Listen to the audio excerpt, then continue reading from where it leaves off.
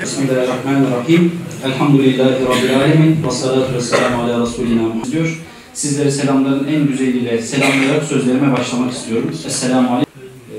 Ve son olarak bu Mısır refah yürüyüşünde de Sumut'ta da Avrupa'nın merkezde olması gerekiyor.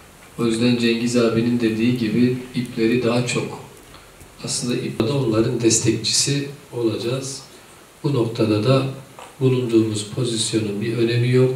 Önde olmanın, arkada olmanın, sağda olmanın, sönde. Euzubillahimineşşeytanirracim. Bismillahirrahmanirrahim.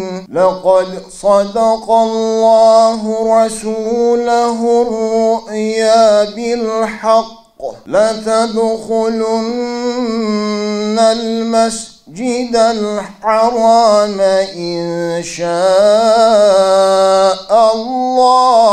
aminin. Aminine muhallikine ru'usakum ve mukassirine la tekhafun.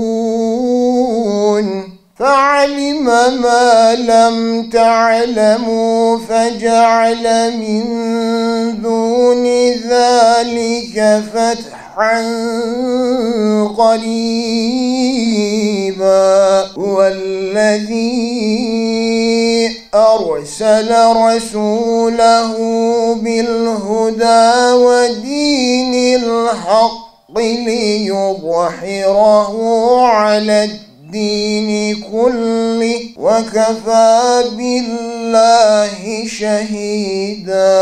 Şimdi bildiğiniz gibi 2 yıllık bir Gazze soykırımı aslında dünyada birçok tarihi ve konjüktür değişimine yol açtı. Canlı yayında bir soykırıma tanıklık ediyorduk. Ama 7 Ekim'den beri hepimiz meydanlara indik, basın açıklamaları yaptık, imza kampanyaları yaptık. Birçok faaliyet yapılıyordu aslında ama karşımızda öyle bir şer vardı ki bu yöntemlerle bir türlü bir sonuç alamıyorduk ve bu sonuç alamama bizleri de kendini ümitsiz, çaresiz, elinden hiçbir şey gelmiyor gibi bir ruh haline sevk ediyordu. İşte tüm bunlar gerçekleşince Gazze halkının da toplumları ve insanları insanlık temelinde bir araya getirdiğini de fark edince o zaman tüm bu insan kaynaklarını ve tüm bu tepkileri eğer doğru bir planlama, doğru bir stratejiyle bir araya getirebilirsek belki bu kez sonuç alabiliriz düşüncesi üzerine bu fikir doğdu. Önce Cenevre'de sağlıkçılar üzerinden yürüyen bir süreçti. Daha sonra Mısır'da refaha yürüme iradesi ortaya konuldu ve en son Sumut'la belki de dünya tarihinin en büyük sivil organizasyonu gerçekleşmiş oldu. Aslında toplumları, bizleri, insanları bu kıvama Allah Azze ve Celle Gazze halkının vesilesiyle getirmişti. Eğer biz mutlak bir şerre karşı sonuç elde etmek istiyorsak, bir takım ihtilafları, bir takım çekişmeleri, bir takım ikincil, üçüncül amaçları bırakmak zorundayız. Hem tüm Türkiye'deki İslami camia, aynı zamanda ilk defa 7 Ekim'den sonra dünyanın renginin değişmesiyle, yani Batı insanının insan olduğunu hatırlaması ve Gazze'de yaşananların ciddi anlamda bir kendi ürettikleri değerlerle de çeliştiğinin farkına varması dünyaya 50 yıl kazandıran bir süreçti. Bakın konferanslarla, mitinglerle, kitaplarla, milyar dolarlık Hollywood filmleriyle biz Siyonizmin dünya açısından bu kadar büyük bir tehdit olduğunu anlatamazdık. Ama 2 yıllık onurlu direniş, ayakta kalış ve mücadele dünyanın Siyonistler tarafından ne kadar kuşatıldığını ve ne büyük bir tehdit olduğunun görülmesine yol açtı. Bu tarihi bir kazanım. Şimdi bize düşen hem bu konjüktürü okuyup bu soykırımı durdurmak, bunun için sınırları zorlayacak eylemler üretmek ve gerçekleştirmek, aynı zamanda da bu kazanımları koruyabilmek. Şimdi Sumut bir kıvama geldi. Bir ümit oldu, farklılıkları bir araya getirdi. Hepiniz o 35 günlük süreç içerisinde bir tartışma, bir kavga, bir ihtilaf yaşamadınız. Bambaşka bir atmosferdi. Bu Allah'ın rahmetinin tecellisiydi. Gazze halkının bereketiydi. İşte bundan sonra bize düşen tüm bu kazanımları korumak. Yeni bir konjüktürün içerisindeyiz şu an. Bir ateşkes süreci oldu ve inanıyoruz ki bu ateşkeste Sumud'un da bir payı var. Rabbime binlerce kez hamd ediyorum bu güzel hizmetin içerisinde bizi de kıldığı için. Şöyle bir latife de olsun diye bir şeyle başlamak istiyorum. Bu olaya katılmaya karar verdiğimde sevdiğim bir hocamızla istişare ettim meseleyi. Hocamız bana dedi ki ya senin ne işin var gemide memide? Biz alim adamız, hoca adamız, oturalım rahlede, talebelerimizle uğraşalım. Bizim yapacağımız iş bu. Senin ne işin var orada? Ben de ona dedim ki hocam dedim, eğer sokağı, caddeyi, piyasayı takip edersen hoca olarak sözlerimizin hiçbir itibarı kalmadı artık bu memlekette. Konuşmalarımızın tesir edebilmesi için de bizim sahada olmamız lazım. Onun için ben sonuna kadar zorlayacağım. Allah inşallah nasip eder gideriz. Belki de Cengiz abi dedi o meseleyi de hepimiz o düşüncedeydik. Şehadet de nasip olur da bize işi taçlandırarak meseleyi bitirmiş oluruz. Allah bir başka bahara bıraktı şehadeti, inşallah hepimize de nasip eylesin. Şimdi kıymetli kardeşlerim, uzunca konuşmayacağım ama birkaç şeyi söyleyeceğim. Müslüman takdirde cimri, tenkitte korkak olmaz. Müslüman olarak bu bizim kimliğimiz. Çok güzel bir hizmet, takdir edilmesi gereken onlarca özelliği var. Ama eleştirilmesi gereken yönleri de var. Yani onları da eleştireceğiz. Karalamak için, hizmeti lekelemek için değil, daha iyisi ortaya çıksın diye. Onun için inşallah ben de birçok eleştirim de var, takdirlerim de var. Hepsini delegasyona ileteceğim. İnşallah bundan sonraki süreçte daha iyi adımlar atabilmemiz için bunları dikkate almamız lazım. Yaptığımızın çok doğru olması eleştirileri, eksiklikleri görmememize sebebiyet vermemeli. Ve bundan da korkmamalıyız. Çünkü tenkit bizi geliştirir. Eleştiri çok güzel bir şey. Eğer yapıcı oluyorsa, gerçekten amacınız iyileştirmekse, geliştirmekse ki bir Müslüman başka niçin yapsın eleştiri? Onun için yapar. Ha bunu yaparken bazıları yanlış anlar, o ayrı bir mesele ama olması gereken o eleştirilerin güzel bir biçimde yapılıp daha iyi bir hizmetin ortaya çıkmasına vesile olmaktır. İnşallah biz de buna vesile olacağız. Şimdi bu kardeşiniz gözünü İslami camianın içerisinde açtı elhamdülillah. Mesela şimdi size bir şey söyleyeceğim. Belki oradan da sözü bir yere götüreceğim. 13 yaşındayken ben Horasan'da, Erzurum'da ilk İslami konferansı düzenlediğim için gözaltına alındım, ifade verdim. Allah selamet versin, halen yaşar İhsan Süreyya Sırma Hoca. Onu getirttirmiştik Horasan'a. Yaşı benim gibi olanlar hatırlarlar. O zaman ne vakıf var ne dernek var. Bütün İslami hizmetler kitap evlerinin üzerinden yürüyor. Bizim de Horasan'da 10.000 nüfuslu o günlerde Horasan kitap evimiz var ve orada bu hizmetleri yapmaya çalışıyoruz. 13 yaşındayız yani o günler 1986'da bahsediyorum. O zaman o günlerde çok zordu o işler. Kelime-i tevhid bayrağını çizmişiz, altına da İhsan Hoca'nın işte konferansını yazmışız. Emniyet gelip dükkanı bastı, bu bayrak suçtur diye o manada bir şeyler söyledi. Öyle başladı elhamdülillah. 13 yaşından beridir de bu işlerin içerisindeyim hamdolsun. İstanbul'a geldiğim 89'dan beri, ki yine yaşı benimle aynı olanlar çok iyi hatırlayacaklar, her hafta biz Beyazıt'taydık. Ya Cezayir için, ya Bosna için, ya Çeçenistan için, ya İslam coğrafyalarının başka bir şey için. Elhamdülillah, yani Rabbime binlerce kez hamd ediyorum ki bunları bize nasip eylediği için. Ama 99'daki bir eylemle bu sene katıldığımız bu Sumut eylemi benim hayatımda bambaşka bir yeri var. Yani bundan sonraki ömrümüzü anlattığımız zaman Sumut'u iftiharla anlatacağız. Kendimizi kahraman ilan etme meselesi için değil. Ne yapmış ki kahramanlık? Biraz önce söylediği Üstad Muhammed, alınlarımızdan öpüyor. Valla bizi sahaya süren Gazze'liler, biz alınlarından değil onların ayaklarının altından öpmeliyiz yani. Onlar bize bu işleri yaptırtıyorlar. Onun için kendimizi farklı bir biçimde nazara vereceğimiz hiçbir durum yok burada. Gerçekten onlar bize bu güzel amelleri yaptırıyorlar. Onun için de biz onlara ayrıca farklı bir biçimde vefa borçlarımız var. 99'daki eylem neydi? Gülden abla burada mı? Sanki gördüm burada.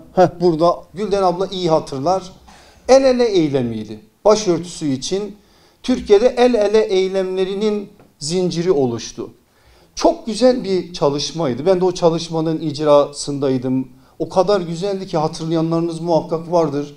Yani Türkiye'nin her tarafında insanlar el ele tutuştular ve o gün Türkiye'deki başörtüsü meselesindeki işte o hukuksuzluğu, haksızlığı dile getirmek için kitlesel manada bir eylem yaptık. Şimdi bununla alakalı bir şey de önereceğim zaten.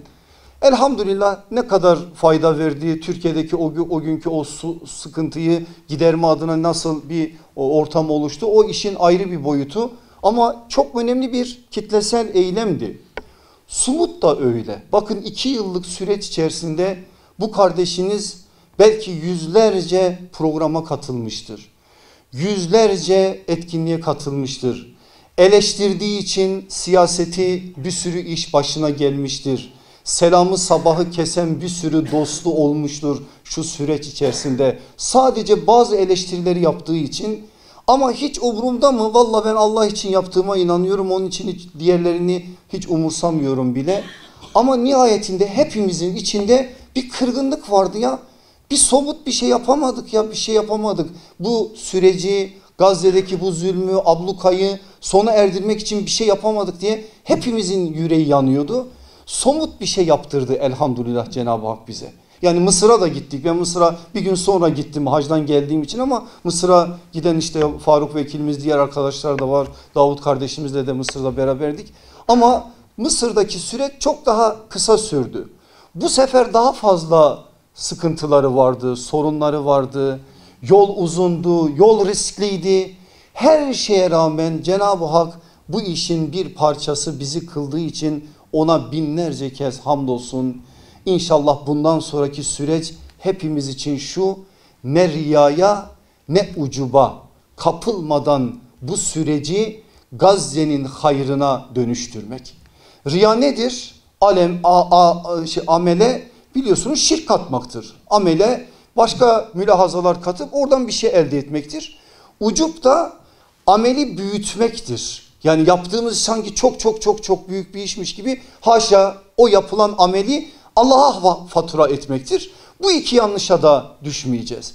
Kendimizi değil, asıl iş için ortaya çıktık. Bu Gazze meselesi için işte sahadaydık. Gazze'deki süreç sona erene kadar bu işin mücadelesini verme ve bunu devam ettirme. İnşallah yapacağımız şey de bu olacak. Şimdi ben sizin huzurunuzda, delegasyondaki kardeşler de burada, şunu teklif ediyorum. Ya diyorum, tamam, yeni bir filo hazırlığına girişelim. Çünkü gerçekten hepimiz çok iyi biliyoruz ki şu andaki bu ateşkesin hiçbir hükmü yok. Yani yarın öbür gün ne olabileceğini hepimiz tahmin edebiliyoruz. Hatta inşallah gevşemeyiz. İnşallah yalan söylenen o ifadeler bize farklı bir biçimde etki etmez de başka bir biçimde heyecanımızı ve iştiyakımızı azaltmayız. Mücadeleyi devam ettiririz. Ettireceğiz de.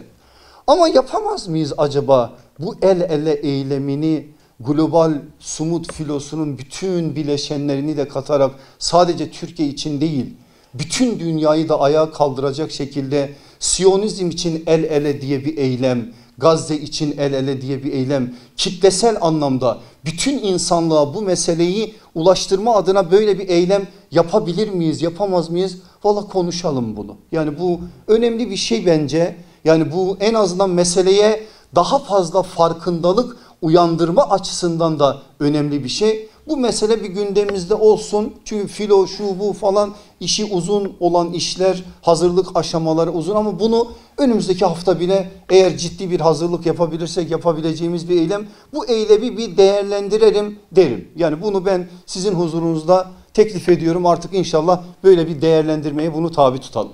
Şimdi işin bir diğer yüzüne de dikkat çekeceğim. Hakan abinin söylediği söze de cevap olmuş olacak söylediklerim. Nihayetinde sözümü bitirmiş olacağım. Şimdi kıymetli kardeşlerim, fıkhın her meselesi mühim ve başımızın tacı. Açtık diyelim fıkıhta bir meseleyi ya da ilmihalde bir meseleyi. İhramdayken pire öldürmenin hükmü nedir diye bir sorunun cevabını buluruz. Ve bu soruyu sormamızda hiçbir yadırganacak bir şey yok. Çünkü fıkhın hiçbir meselesi küçük ya da büyük diye değerlendirilmez. Dinimizden bahsediyoruz. Dinimize ait bazı meselelerden bahsediyoruz.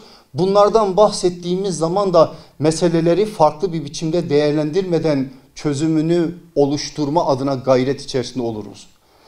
Ama gelir de ihramlıyken pire öldürmenin hükmünü sorduğumuzda Hazreti Hüseyin Kerbela'da katledilmişse İbni Abbas gibi cevap veririz.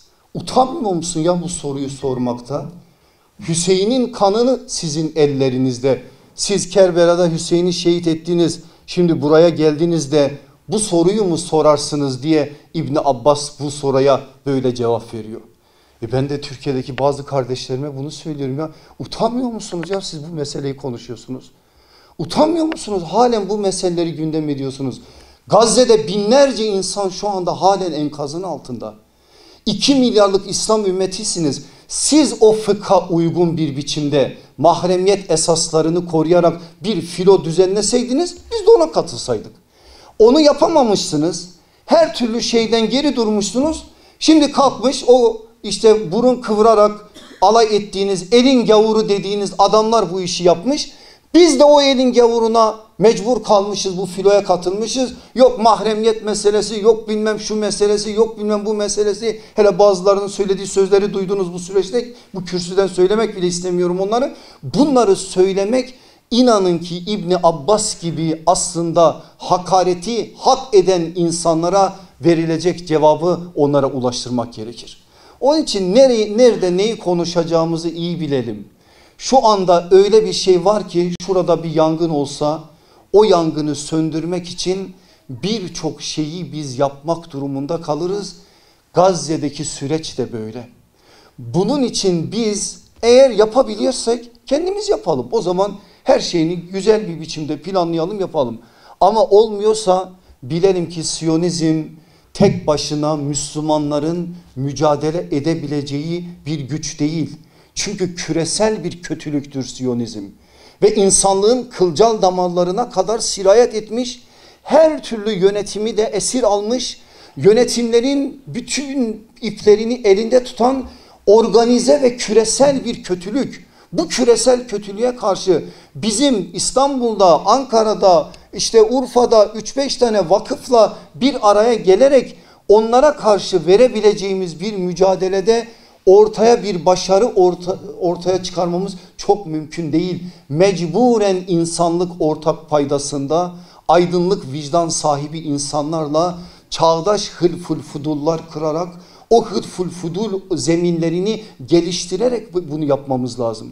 Bunu derken asıl Müslümanlar olarak yapmamız gerekenleri yapmayalım demiyorum. Onları zaten yapıyoruz. Döndük yine rahlelerimizdeyiz. Yine öğrencilerimizle beraberiz. Yine başka çalışmalar yapıyoruz. Yapıyoruz. Geldiğim günden beri ben başladım işime. Yani orada herhangi bir şey yok. Ama nihayetinde burada böyle bir zulüm varsa Doğu Türkistan'da bunun aynı derecede olan bir şey. Böyle bir kötülükler varsa bunlar için insanlığın ortak zeminlerini çoğaltmamız gerekiyor. Eğer bunu yapmazsak tam anlamıyla bu mücadeleyi yalnız başımıza verebilmemiz mümkün değil.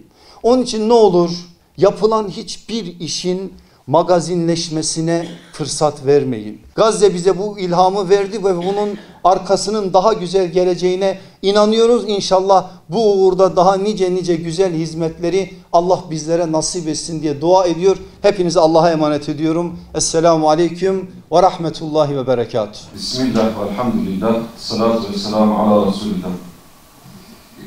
Değerli hocam, kıymetli kardeşlerim, sizleri sevgiyle, muhabbetle selamlıyorum.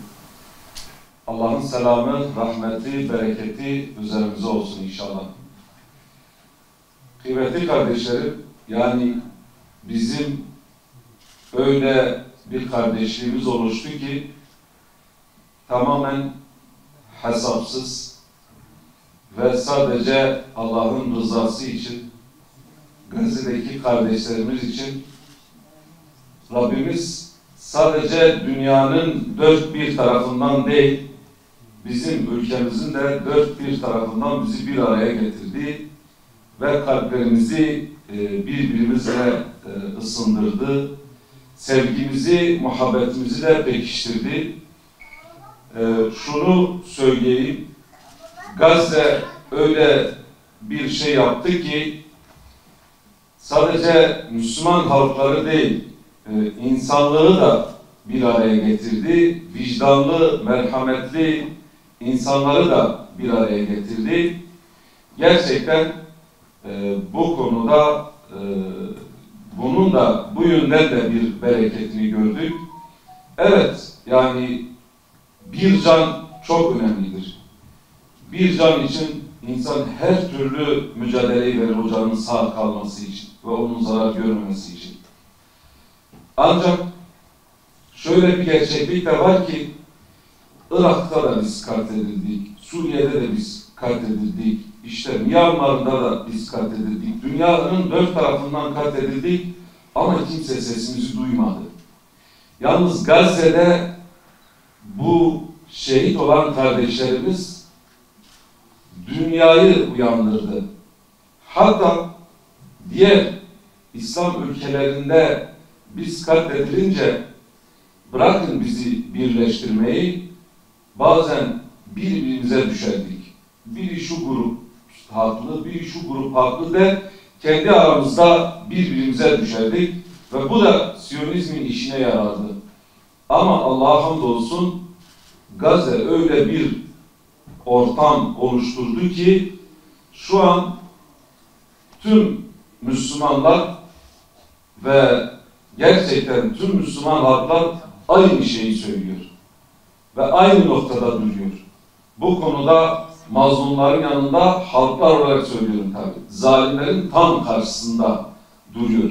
Hatta Gazze sadece Müslümanları değil bu yönüyle, insanlığı da biraz önce bahsettiğim gibi insanlığı da bir araya getirdi ve bundan dolayı biz de tabii bu gemilerde, bu Sumut filosunda yer aldık.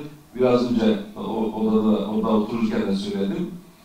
Şimdi biz çok siyasetçilerle görüşüyoruz, bürokratlarla da görüşüyoruz. Yüreğimiz yanıyor. Yani bir şeyler yapılsın. Gerçekten bu soykırım dursun. Artık dayanacak mecalimiz kalmadı. Gerçekten ne uykudan bir şey anlayabiliyoruz, ne yemeklerden bir şey anlayabiliyoruz, ne muhabbetten bir şey anlayabiliyoruz, ne de yaşamaktan bir şey anlıyoruz. Artık bir şeyler yapılsın dediğimiz zaman sürekli dengeler önümüze konuluyor. Hatta bir ara yetkililerle konuştum. İşte şu denge var, bu denge var dendiğinde ben şunu söylemiştim. Ya Allah aşkına hangi strateji, hangi dengeler bu mazlum çocukların kanından daha değerlidir, daha kıymetlidir? Hangi diplomasi, hangi strateji bunlardan daha değerlidir dendiğinde gerçekten o konuştuğum arkadaş dedi, haklısın dedi.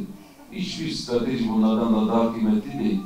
Ve bu konuda, bu Sumut filosunda yer alan tüm vicdanlı insanların tek bir dengesi vardı, Gazze'ye ulaşmak. ve bu soykırımı durdurmak, Gazze'deki ablukayı kırmaktır. Bu dengeye odaklandıkları için ve Sumut filosu bu dengeye odaklandığı için aslında dünya zalimlerinin dengesini bir yönüyle alt üst etti. Çünkü hatta bizzat Trump bile söyledi, işte dünyayla savaşamazsınız. Yani bu söz buna binaen söyledi. Bu filodakilerden ya da bu filo hareketinden dolayı böyle bir söz sarf etti ve bu yönüyle o hesaplarını bir yönüyle alt üst etti. İnşallah bu saatten sonra bu vicdan hareketi burada da bitmeyecek. Ve bu yönüyle de belki birileri işgalci İsrail'in imajını kurtarmak için böyle barış elçisi gibi ortada dolansa da bu saatten sonra artık onlara huzur olmayacak.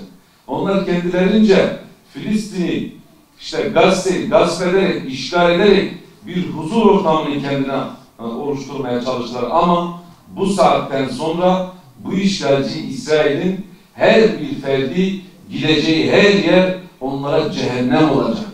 Bakın göreceksiniz. Artık hiçbir yerde huzur bulmayacaklardı. Bugüne kadar belki Müslüman halklar veya Müslüman ülkelerin vatandaşları bunlara tepki verirdi. Ama bu saatten sonra bunların gideceği her yer onlara cehennem olacak ve herkes onlara tepkisini ortaya koyacaktır. Tabii gargak ağacı gibi olup da onları koruyanlar da olacak. Bu bitmeyecek ama bu yönüyle de bunlara karşı dik duran insanlığını, merhametini ve vicdanını kaybetmemişler. Bunlara karşı duranlar da olacaktır. Bu yönüyle kardeşlerim her birinize ayrı ayrı teşekkür ediyorum. Gerçekten çok böyle güzel kardeşlerle tanışmış oldum. Dün arkadaş beni aradı, böyle bir program var. Dedim ne edip ben bu kardeşlere ulaşmam gerekiyor. Tekrardan bunlara sarılmam gerekiyor. Her birinize tebrik ediyorum.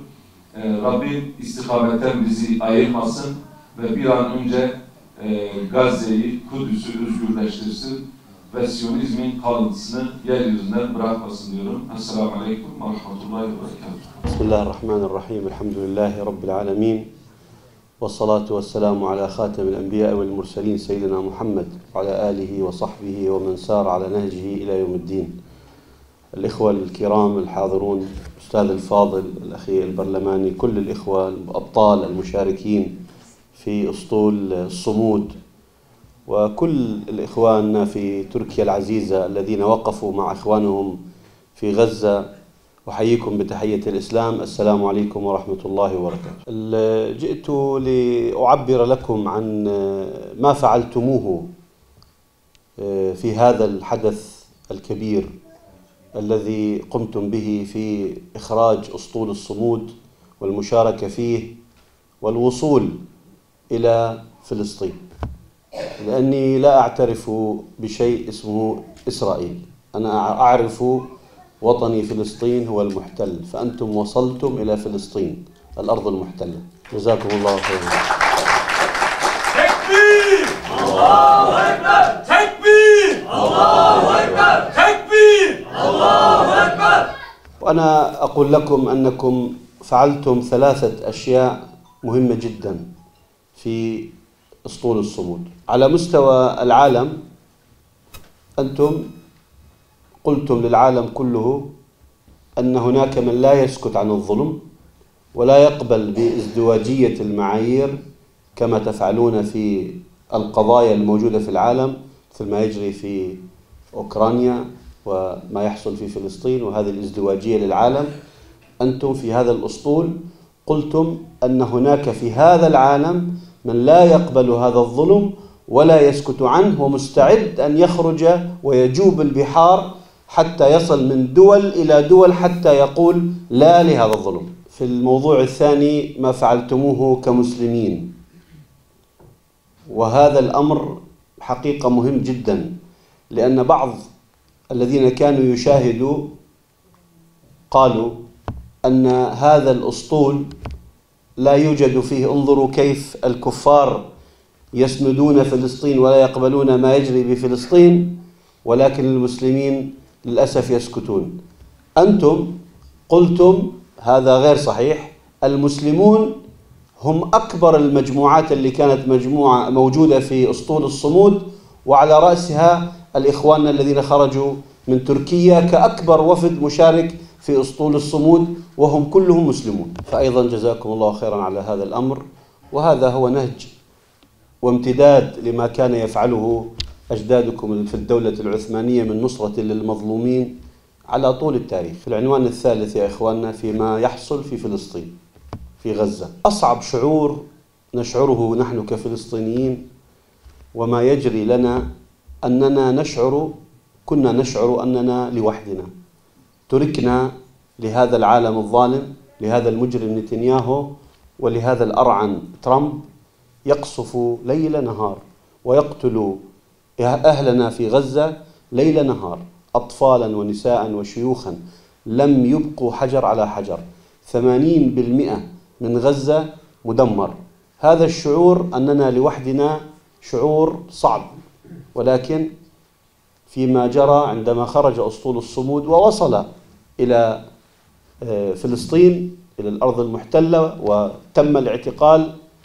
صحيح أنكم لم تصلوا إلى غزة، ولكنكم وصلتم إلى قلوب أهل غزة، وصلتم إلى شعور أهل غزة أنكم لستم وحدكم، أن هناك في العالم أحرار لا يقبل الضيم ويرفض هذا الأمر الذي يجري، وأوصلتم الرسالة أن أهل غزة ليسوا وحدهم وهناك في العالم من ينصرهم. إخواني الكرام، نحن فعلنا شيء هنا في تركيا، وضعنا الصور الشهداء على لافتة، صور الشهداء فقط الأطفال، وضعنا صور الشهداء على لافتة وبدأنا نضعهم واحدة بعد الأخرى، وعندما وصلنا إلى العدد 5000 كان طول اللافتة 70 مترا، والعدد الكلي للأطفال الذين استشهدوا هو 18,000.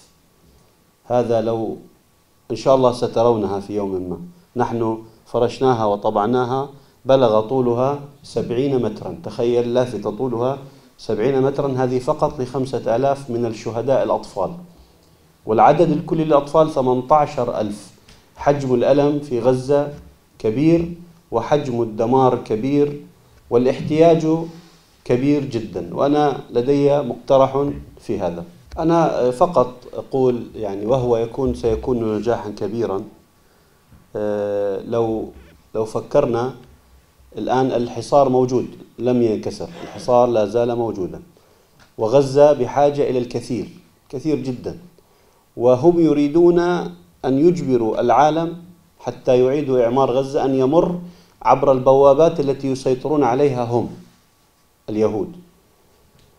أنا أقول لو كان هناك ضغط مما قمتم به ويزيد هذا الضغط حتى نكسر هذا الحصار ويكون ميناء في غزة، صدقوني يا أخوة هذا هو النصر العظيم، هذا هو الإنجاز الكبير، أن يكون هناك ميناء في غزة حر يسيطر عليه أهل غزة، يذهب والناس ويخرجوا منه، تأتي السفن منه وإليه بشكل طبيعي دون قيود. هذا هو النصر الذي ينتظره أهل غزة من إخوانهم، وهكذا يمكن أن ننجز إنجازا عظيما حتى نبعد عنا السيطرة على بوابات غزة من الإسرائيليين، وسامحوني أيضا على السيطرة على بوابة غزة الرئيسية وهي من معبر رفح من فرعون العصر السيسي. والميناء هو الحل، ميناء حر هو الحل. قبلوا رأس كل أخ وأخت شاركوا في هذا الأسطول، وأتمنى من الله عز وجل أن يتقبل منكم هذا العمل المبارك الذي قمتم به، وأن يجعله في ميزان حسناتكم أنتم وعوائلكم وأهلكم. وأدعو الله عز وجل أن يجمعنا كما جمعنا في هذا المكان، أن يجمعنا في المسجد الأقصى وهو محرر عزيز كريم بيد المسلمين إن شاء الله. بارك الله فيكم وتشرفت بكم والسلام عليكم ورحمة الله. Gerçekten dünya tarihine ciddi anlamda etkileyecek bir eylem oldu. Bu tabi baktığımız zaman, genel anlamda Filistin direnişine baktığımız zaman belki de sadece bir taş nispetindedir. belki büyük bir taştır. Yani 80 yıla yakındır orada bir zulüm var, bir direniş var.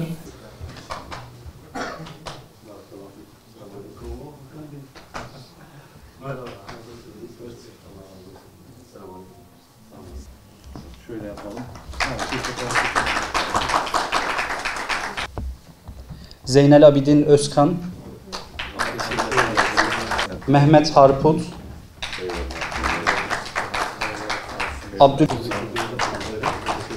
Buyursunlar. Murat Topşir,